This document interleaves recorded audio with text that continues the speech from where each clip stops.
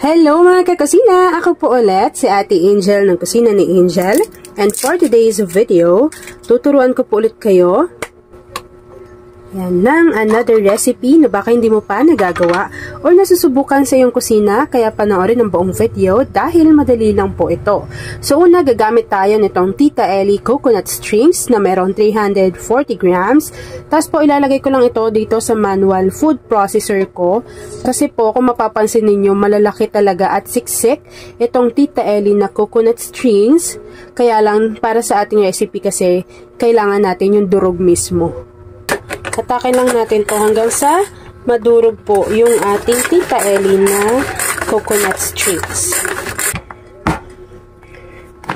Yan. So, kapag nadurog na po natin yung ating Tita Ellie na coconut strings, set aside bago ready na po tayo ng ating kasirola.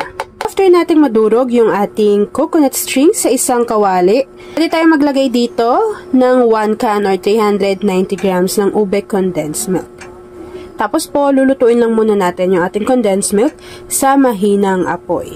Pwede na rin natin yung lagyan ng ube essence. Kapag nailagay na po natin yung 1 can ng condensed milk pati yung ube essence, haluin lang po natin ito at lulutuin po natin yan. Hanggang sa medyo uminit-init na yung ating condensed milk. Habang pinapainit po natin yung ating ube condensed milk, meron po ako ditong 1 cup ng cornstarch. And then, tutunawin lang po natin iyan sa 1 cup of water. Pero, dalawang batch ko ilalagay yung water para hindi po ako mahirapan sa paghahalo ng cornstarch.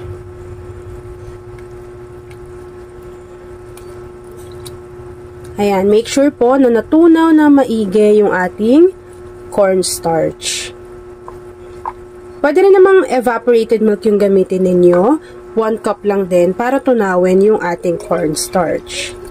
Pero kung walang evap, pwede na pong water lang. Tapos, tama lang din na kumukulo-kulo dyan yung ating condensed milk. Yan, so tutunawin ko lang maigi yung ating cornstarch. Kapag ganito na po yung consistency ng ating ube condensed milk, pwede na po nating isalin dito yung tinunaw natin na cornstarch. Make sure lang po na natunaw maigi yung cornstarch bago nyo to isalin dito.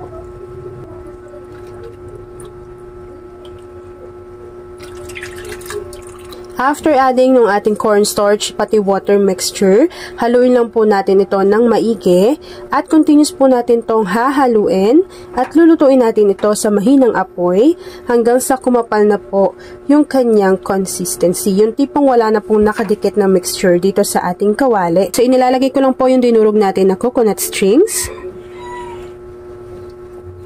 After adding, haluin lang po natin ito at lutuin sa pinakamahinang apoy hanggang sa makuha po natin yung tamang consistency. Kumapal na po yung consistency na ganito, naglagay lang ako ng 1 tablespoon ng butter or margarine. Tapos po, continuous pa rin natin itong hahaluin hanggang sa wala na pong naninikit na mixture sa ating pan. Iyan. So, sino po sa inyo ang ube at coconut lovers? Say hello Angel sa ating comment box section. Kapag wala na pong naninikit na mixture sa ating pan, meaning luto na po yung ating mixture. So pwede nyo nang i-off yung apoy sa inyong kalan. And mga kakusina, kapag nabilog ko na po ito ng tigwa 1 teaspoon, depende sa inyo kung gaano kalaki, i-coat ko lang po ito dito sa powdered milk.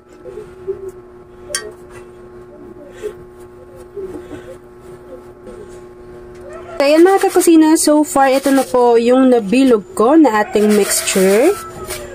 Ayan, tapos tignan nyo po kahit dikit-dikit sila. Basta naka-cover sila nung ating powdered milk ay ganyan na po yung kanyang itsura. More or less, naka 95 pieces po tayo.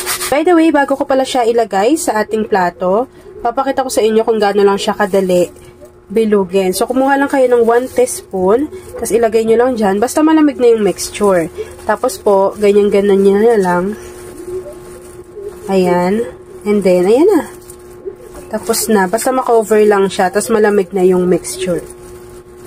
Pwede kayong gumamit nung kamay lang, pwede rin naman kayong maglagay ng plastic gloves. Ayan. So, ako ganyan lang ginawa ko. Tapos, kinukorte ko lang siya ng bilog. And then, ayan na. Ayan, so yung iba, hindi ko na napantay-pantay yung size, pero worth it po gayahin yung ating recipe. At ayan na nga mga kakasina, once na nabilog na po nating lahat itong ating mixture, pwede na po natin tong i-enjoy. At ayan na mga kakasina, tapos na po ang ating ube makapuno balls. Kung nagustuhan mo yung ating video, please like and share this video. Yun lang mga kakasina. Thanks for watching!